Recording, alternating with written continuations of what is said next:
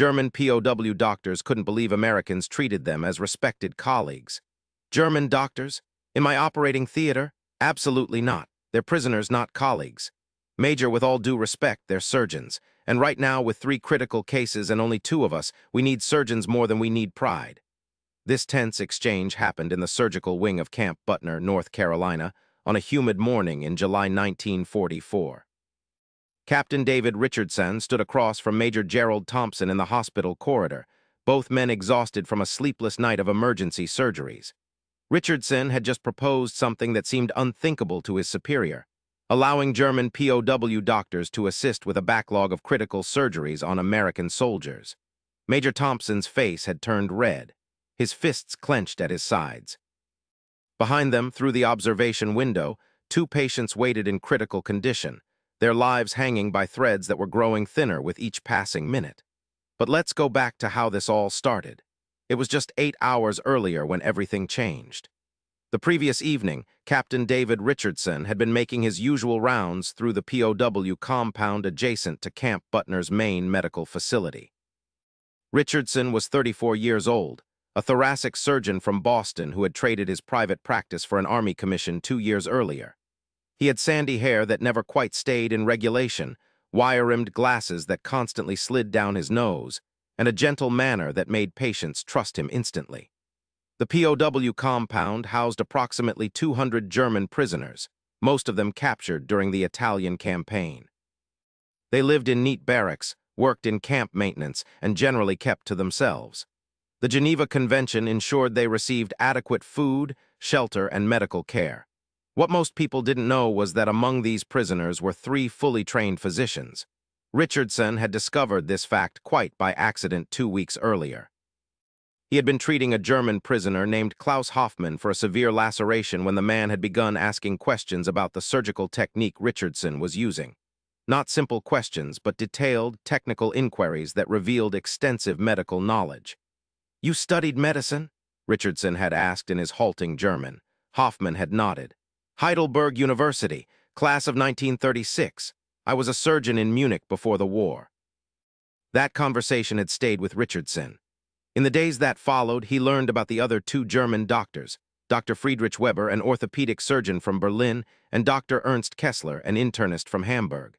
All 3 were in their late 30s or early 40s, all highly trained, all sitting idle in a prison camp while Richardson and his small medical staff worked themselves to exhaustion. The thought had seemed almost treasonous at first. Use enemy doctors to treat American soldiers, but the more Richardson considered it, the more sense it made. These men had taken the Hippocratic Oath just as he had. They were doctors first, Germans second. On that July evening, Richardson had requested permission to speak with Dr. Hoffmann. The guard had brought the German to a small office in the medical building. Hoffmann had entered cautiously, his posture rigid, clearly uncertain why he had been summoned. Richardson had gestured to a chair. "Please sit." Hoffmann had remained standing. He was tall, perhaps 6'2", with thinning dark hair and eyes that held a mixture of intelligence and wariness. His POW uniform was clean and pressed, his bearing dignified despite his circumstances. "Dr. Hoffmann," Richardson had begun, then paused. How did one even approach this? "I understand you're a trained surgeon." "I was a surgeon," Hoffmann had corrected quietly. "Now I am a prisoner." "A surgeon doesn't stop being a surgeon," Richardson had said. "Any more than a soldier stops being a soldier, the skills remain." Hoffmann had said nothing, waiting. Richardson had taken a deep breath. "I have a proposal. It's unconventional, but I want you to hear me out." Over the next 20 minutes, Richardson had laid out his idea. The medical facility was understaffed. More wounded soldiers were arriving from Europe every week. The existing surgeons were working 16, sometimes 18-hour shifts. Mistakes were beginning to happen, small ones so far, but exhaustion made everyone fallible. "I want to request permission for you and the other German doctors to assist with medical care," Richardson had said. "Under supervision, of course, but as colleagues, not as prisoners performing menial labor." Hoffmann's expression had been unreadable. "You want us to treat American soldiers, the men we were fighting against weeks ago." "I want doctors to treat patients," Richardson had replied. "Nothing more, nothing less." Hoffmann had been silent for a long moment. Then he had said something Richardson would never forget. "Captain, do you understand what you're asking? Not just of your superiors, who will think you mad, but of us, to be trusted after everything." "I'm asking you to be what you were trained to be," Richardson had answered simply. Hoffman had looked down at his hands, strong hands, surgeon's hands, currently employed in washing dishes in the POW kitchen. When he looked up, his eyes had been bright with something that might have been tears. The others, Dr. Weber and Dr. Kessler, I cannot speak for them, but if you can arrange this, if it's truly possible, I will do it. We took an oath to heal. That oath doesn't recognize borders. Richardson had submitted his formal request the next morning. Major Thompson had laughed in his face. You want to put German doctors, German POWs in charge of treating our boys? Have you lost your mind, Captain? Not in charge of, sir, assisting with, under direct supervision. The answer is no, absolutely not. This conversation is over. But Richardson had persisted. He had documented the staff shortage, the increasing patient load, the mounting exhaustion among the medical personnel. He had cited the Geneva Convention's provisions about utilizing POW skills. He had argued, cajoled, and finally begged. Thompson had remained unmoved. These men are the enemy, Captain. They were trying to kill our soldiers weeks ago. Now you want to trust them with scalpels in an operating room? What happens when one of them decides to finish what they started on the battlefield? That argument had been yesterday morning. Richardson had gone back to his rounds, frustrated but not defeated. He had begun thinking about who else he might appeal to, what other channels he might explore. Then at 11 o'clock that night, everything had changed. Those surgeons took an oath to heal. So did you once upon a time before you became an administrator. Right now, I don't care what flag they fought under. I care that they know how to save lives. Thompson had stared at him for a long moment. Then he had said, if this goes wrong, it's your career. If this doesn't happen, it's 3 American lives. I'll take that trade. Which brought them to the moment in the hospital corridor, Major Thompson's final objection hanging in the air between them. Richardson had pressed on. Major, I'm not asking them to work unsupervised. I'll be with them every moment. But Private Morrison needs a thoracic surgeon, and Dr. Hoffman trained at Heidelberg under Dr. Sauerbruch, one of the best thoracic surgeons in the world. He has skills I don't have, skills that could save Morrison's life. Thompson had looked through the observation window at the waiting patients. Young men, barely out of their teens, some of them. Finally, he had exhaled slowly. Fine, but Captain Richardson, you will personally supervise every moment. The first sign of anything suspicious, anything at all, and they go back to the compound in chains. Understood. Understood, sir. An hour later, Dr. Klaus Hoffman stood in the surgical prep room, staring at the scrubs Richardson had handed him as though they were made of gold. His hands trembled as he held the familiar fabric. I never thought, Hoffman's voice caught. After everything, after the war, the capture, the camps, I never thought I would wear these again. Dr. Friedrich Weber stood beside him, a stocky man with graying hair and kind eyes. He had been silent since being brought from the compound, but now he spoke. They're trusting us. They're desperate, said Dr. Ernst Kessler, the youngest of the 3 at 38. He had a sharp, angular face and a cynical edge to his voice. Let's not romanticize this. Does it matter? Hoffman asked quietly. We're doctors again, even if just for today we're doctors. Richardson entered the prep room. Gentlemen, I want to be clear about something. I know this situation is unusual. I know there's history between our nations, between our armies. But in this hospital, in this moment, there is no Germany and no America. There are only patients who need us. Can you accept that? All 3 German doctors nodded. Dr. Hoffman, you'll assist me with Private Morrison. It's a complex thoracic procedure, punctured lung, damaged pulmonary vessels. Dr. Weber, Captain Mitchell needs help with Sergeant Chen's orthopedic injuries. Dr. Kessler, we have 2 patients who need stabilization and monitoring. Are you ready? Hoffman met Richardson's eyes. Captain, I was ready the moment you asked. The next 6 hours would become legendary at Camp Butner, though the full story wouldn't emerge until years later. What happened in those operating rooms transformed everyone involved. Richardson and Hoffman worked on Private Morrison with a synchronization that surprised them both. Despite never having worked together before, despite the language barrier that occasionally required gestures and demonstrations, they moved as though they had been partners for years. Hoffman's hands were steady, his technique flawless.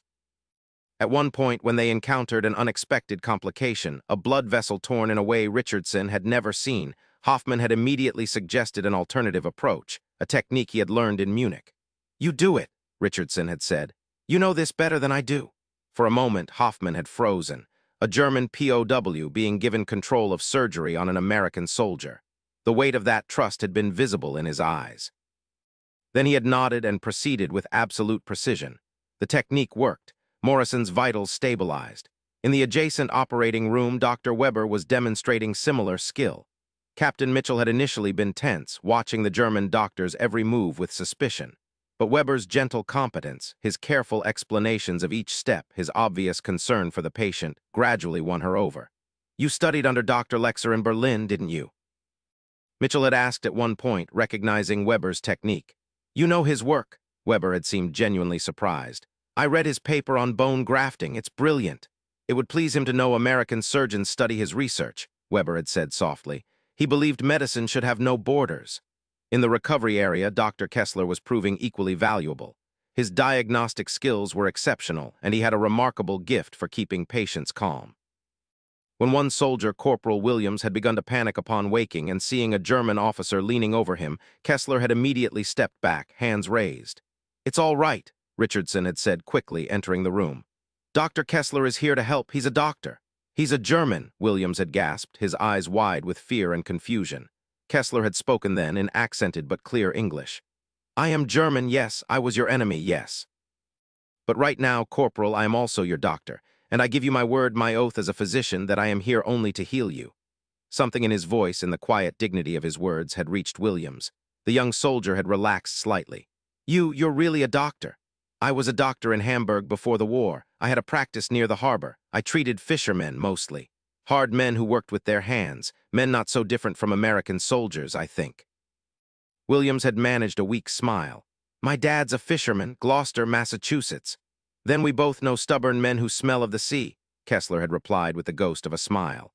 By late afternoon, all three critical patients were stabilized. Morrison would live. Chen would walk again. Williams was out of danger. In one day, working together, American and German doctors had achieved what would have been impossible separately.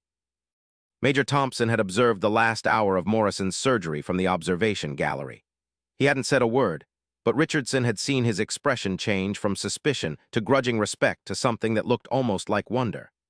After the surgeries were complete, after the instruments had been cleaned and the operating rooms prepared for the next day, Richardson had found the three German doctors in the break room, still in their scrubs, sitting in exhausted silence.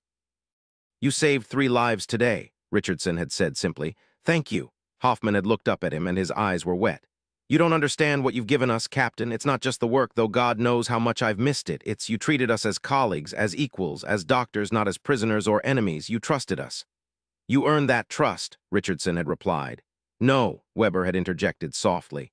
"You gave us that trust before we could earn it. That is the remarkable thing. You took the risk first." Major Thompson had entered the break room then. All three German doctors had immediately stood to attention, as prisoners were required to do when an officer entered. "At ease," Thompson had said gruffly. Then after a long pause, he had added, "Gentlemen, I owe you an apology. I didn't believe this could work. I was wrong." Hoffman had seemed unable to speak.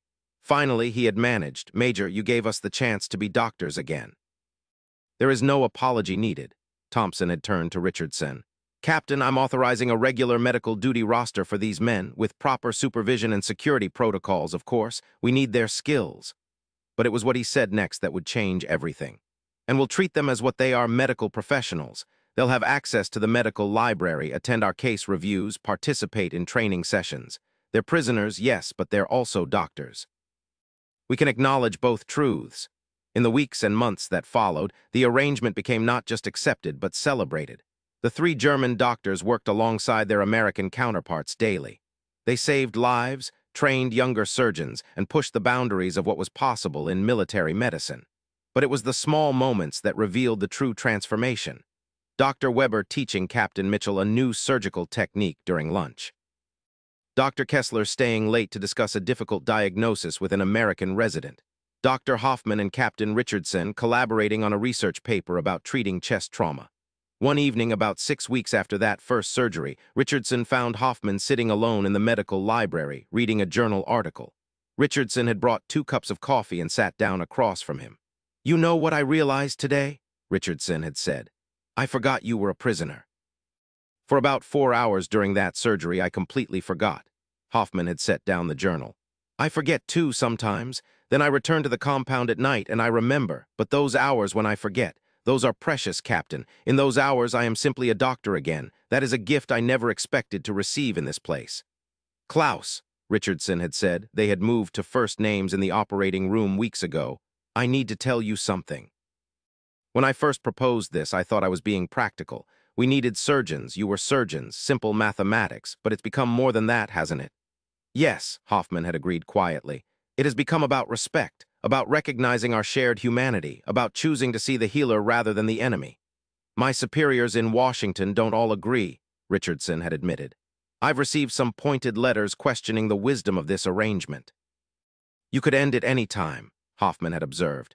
"I won't end it, because it's the right thing to do, because those letters from Washington were written by people who have never stood in an operating room watching a German doctor save an American soldier's life with tears running down his face because he's so grateful to be allowed to heal again." Hoffman had been quiet for a moment. Then he had said, "David, there is something I must tell you, something you should know." Richardson had waited. "Before the war, I opposed the regime. I spoke out against the policies, the hatred, the madness. I thought, as a doctor, I had a duty to speak truth. I was forced to leave my position at the hospital in Munich. I was threatened, my family was threatened. I joined the military medical corps because it was safer than staying in civilian practice where my opposition was known." "You don't need to tell me this," Richardson had said gently. "Yes, I do, because you trusted me before you knew my story. And that matters more than I can express. In Germany, under that regime, your political position determined whether you could be trusted. Your party loyalty, your racial background, your willingness to conform. But you trusted me simply because I was a doctor, because I had taken an oath to heal. You trusted the physician in me before you knew anything else." "The oath matters," Richardson had said simply. "It has to matter or none of this means anything." By the autumn of 1944, word of the Camp Butner medical program had spread through the Army medical system. Some doctors were scandalized. Others were intrigued. A few were inspired to try similar arrangements at other POW camps. In November, a delegation of senior medical officers arrived to evaluate the program. They spent 3 days observing, interviewing, reviewing patient outcomes. Richardson had been nervous, convinced they would shut everything down. Instead, they had been amazed by what they found. Patient outcomes had improved. Surgical success rates were up. Medical innovations were happening daily. And perhaps most remarkably, both the American and German doctors reported higher morale and job satisfaction than their counterparts at camps without such programs. The head of the delegation, Colonel James Morrison, father of Private Morrison, whose life Hoffman had helped save that first day, had requested a private meeting with the 3 German doctors. "Gentlemen," Morrison had said, his voice thick with emotion, "my son is alive because of you, because Captain Richardson had the courage to see you as doctors first, and because you had the integrity to heal your enemy's son." Hoffman had replied quietly, "Colonel, your son was never our enemy. He was our patient." That is all that mattered. Morrison had shaken hands with each of them, a gesture that technically violated protocols about fraternization with prisoners, but which no one present would ever report. The program continued until the war's end in May 1945.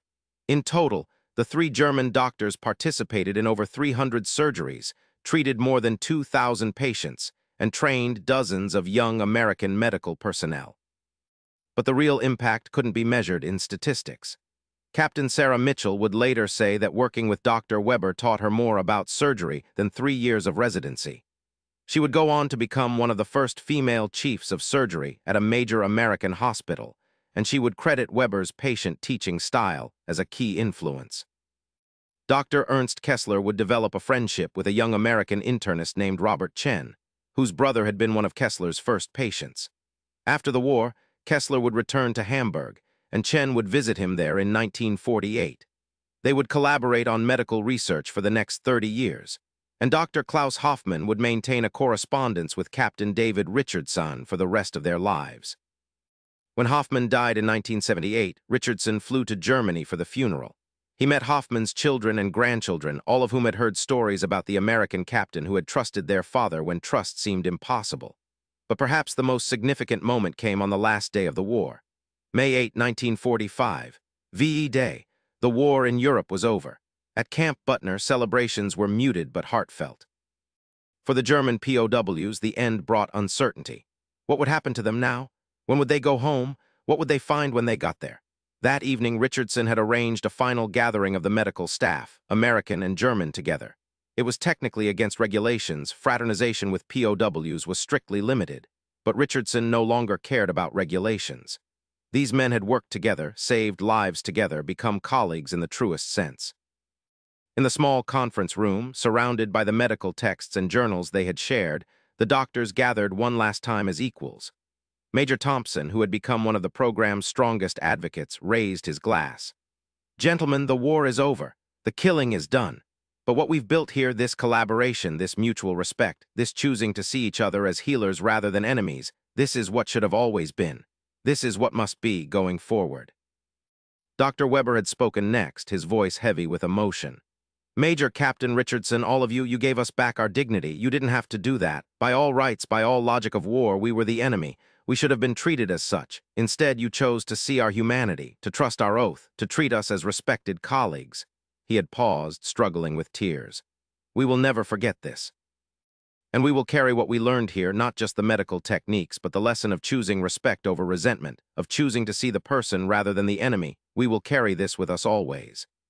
Hoffman had added quietly, "In the darkest days of this war, I wondered if the world had gone mad, if hatred would consume everything, if there was any hope left for human decency. You answered that question, not with words, but with action, with trust. With the simple, revolutionary act of treating your enemies as human beings." Richardson had felt tears on his own cheeks. "Klaus, Friedrich, Ernst, you weren't our enemies in that operating room. You were never our enemies there. You were our colleagues, our partners, our friends." The room had been silent except for the sound of grown men crying American and German both, united in their shared humanity, in their shared commitment to healing, in their shared grief for all the war had cost and all it had destroyed. Later that night, walking back to his quarters, Richardson had been stopped by a young private named Thomas Jenkins. Jenkins had been 19 when he arrived at Camp Butner with severe burn injuries. The German doctors had spent weeks caring for him, managing his pain, encouraging him through the long recovery. "Captain," Jenkins had said, "I heard the German doctors are leaving soon, going back to Germany." "Yes, probably within the month." "Sir, I need to tell you something. When I first got here, when I saw that Dr. Kessler was German, I was furious. I didn't want him touching me. My brother died at Normandy, killed by Germans, I thought.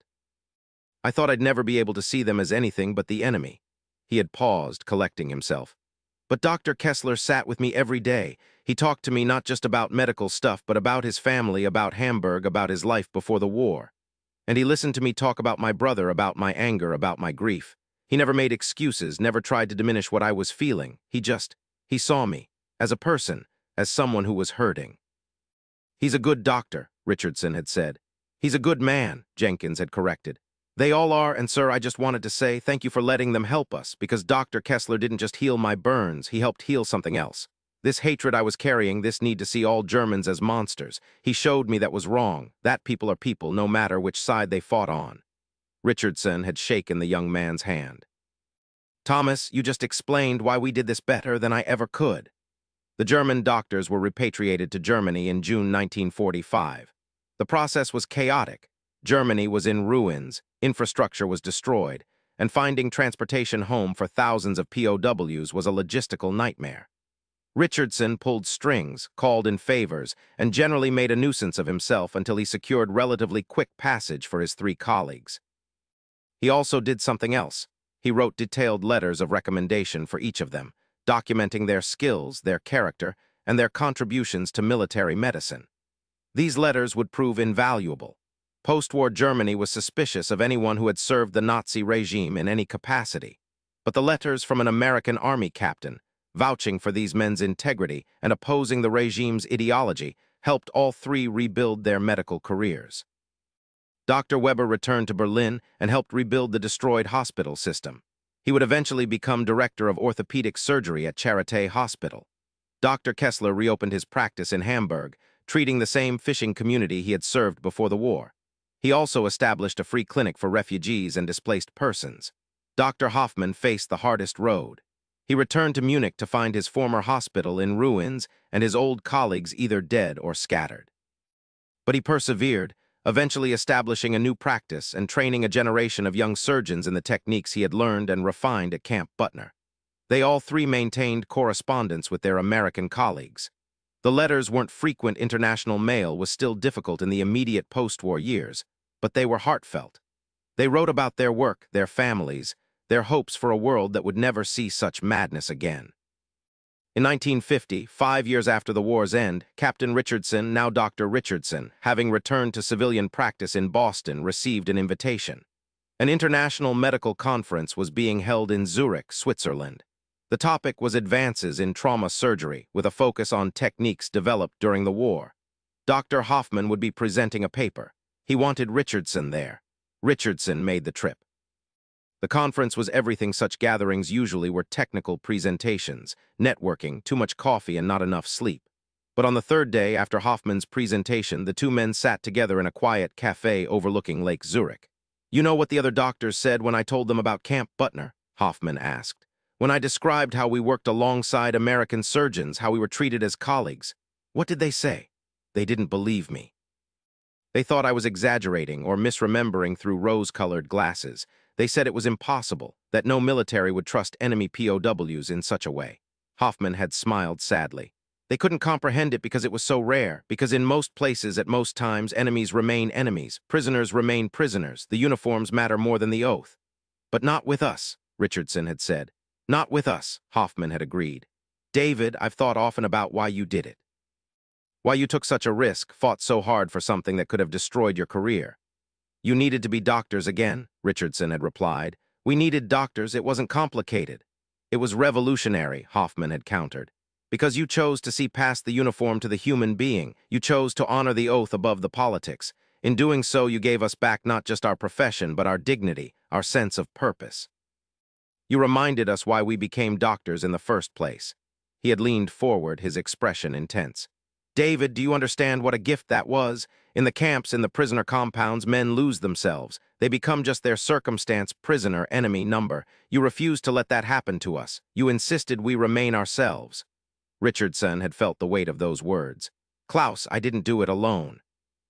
You and Friedrich and Ernst, you chose to live up to the trust we placed in you. You could have been resentful or angry or done the minimum required. Instead, you gave everything you had. You saved lives with the same dedication you would have shown your own countrymen. Because you treated us as colleagues," Hoffman had said simply. "Respect begets respect. Trust begets trust. You understood that."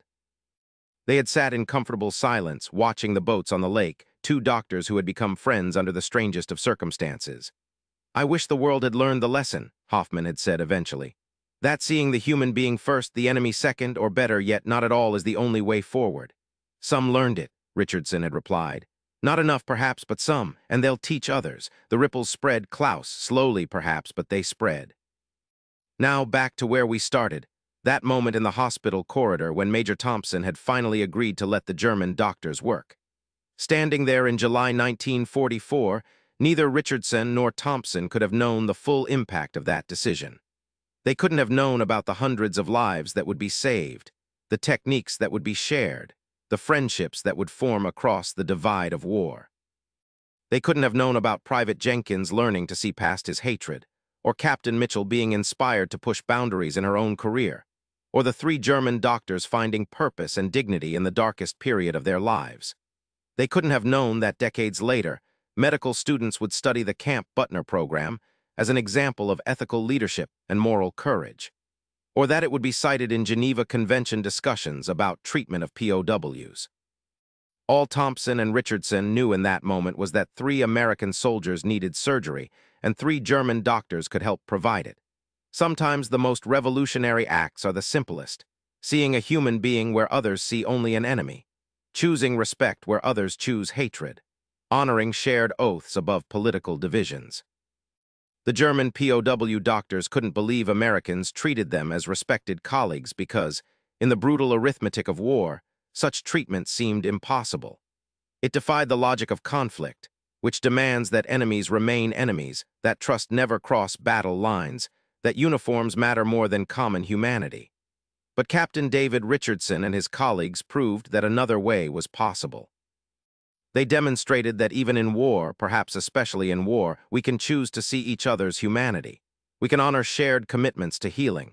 We can extend trust and dignity to those we might have every reason to hate. The 3 German doctors, Hoffman, Weber, and Kessler, were transformed by that trust. But they weren't the only ones. Every American who worked alongside them, every patient who was treated by them, Every young medical student who learned from them all were changed by the radical act of choosing respect over resentment. In 1965, 20 years after the war's end, Captain Richardson received a letter from Dr. Hoffman's daughter. Her father had passed away peacefully in his sleep. Among his possessions, she had found a small wooden box. Inside was his Camp Butner identification badge, some photographs from the medical facility, and a worn copy of the Hippocratic Oath in both German and English. There was also a letter, addressed to Richardson to be delivered upon Hoffman's death. "My dear friend David," it began. "If you are reading this, then I have taken my final journey.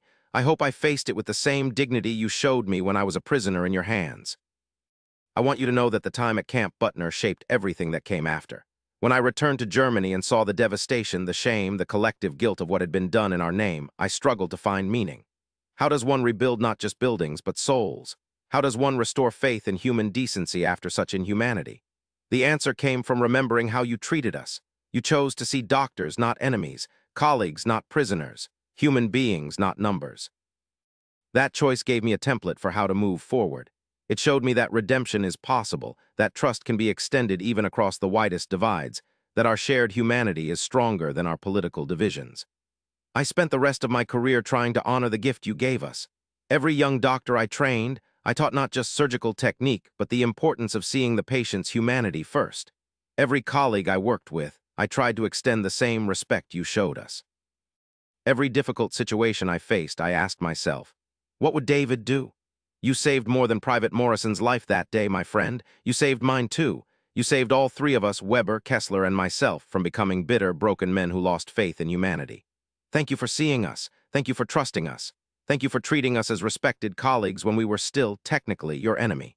Your grateful friend always, Klaus. Richardson had read that letter through tears. He had kept it in his desk drawer for the rest of his life, taking it out occasionally when the world seemed particularly dark, when human cruelty and division seemed overwhelming. It reminded him that small acts of respect and dignity can ripple forward through decades. That choosing to see another person's humanity, even when they wear an enemy's uniform, is never wasted. That the oaths we take, whether to heal, to serve, or simply to treat others with dignity, matter more than the flags we salute. The story of the German POW doctors at Camp Butner is not widely known. It appears in a few military medical histories, a handful of academic papers about POW treatment, some personal memoirs. It never made headlines or changed official policy in dramatic ways. But for the people involved, the 3 German doctors who were given back their professional dignity, the American soldiers whose lives they saved, the young medical students who learned from them, and Captain David Richardson who made the impossible possible, it was everything. It was proof that even in humanity's darkest hours, we can choose to be better. We can choose to see the person before the enemy, to honor shared commitments above political divisions, to extend trust even when it seems unearned. The German POW doctors couldn't believe Americans treated them as respected colleagues, because such treatment seemed to defy the logic of war. But perhaps that was precisely the point. Perhaps the most powerful resistance to war's dehumanizing logic is the simple, radical act of treating people with respect regardless of which side they fought on, of honoring professional oaths above political divisions, of seeing the healer within the enemy. Captain Richardson understood this instinctively. He didn't make grand speeches about it or claim to be changing the world. He simply saw 3 doctors who needed to practice medicine and patients who needed those doctors' skills. Everything else, the politics, the resentments, the risks to his career, was secondary to that fundamental human equation. And in making that choice and extending that trust, he proved something vital, that our shared humanity is real and powerful and can survive even the worst that history throws at it. The Camp Butner medical program lasted less than a year. The 3 German doctors returned home and rebuilt their lives. Captain Richardson went back to Boston and resumed his civilian practice.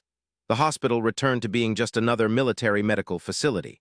But for everyone involved, nothing was ever quite the same. They had experienced something rare and precious, a moment when the walls came down, when enemies became colleagues, when respect bridged the widest of divides. They had learned that the uniforms matter less than we think, that the oaths matter more than we realize, and that choosing to see another person's humanity, especially when circumstances suggest we shouldn't, is perhaps the most important choice we can ever make. Thank you for listening. If this story touched you, please subscribe and share your thoughts in the comments.